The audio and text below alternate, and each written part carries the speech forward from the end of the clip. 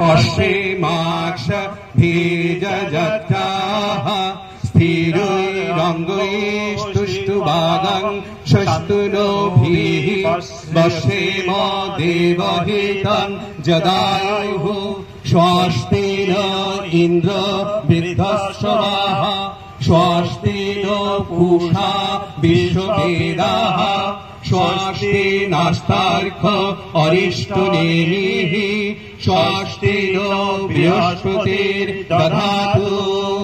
ओम शांति शांति शांति।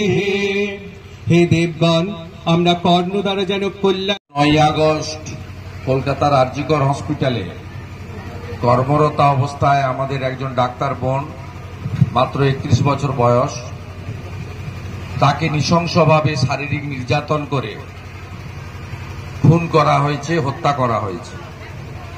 আজকে শুভ মহালয়া, আমাদের সনাতন সংস্কৃতি মেনে আজকে সর্বত্র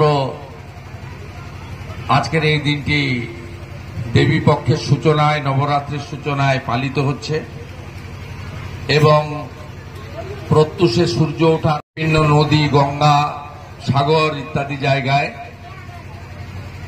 লক্ষ লক্ষ হিন্দু মানুষ সনাতন সংস্কৃতি মেনে পিতৃপুরুষের উদ্দেশ্যে তর্পণে অংশগ্রহণ করছেন। আমরা আজকে প্রত্যেক বছরই আমরা মহালয়ার দিন নন্দীগ্রামের কোথাও না কোথাও এই কর্মসূচি করি।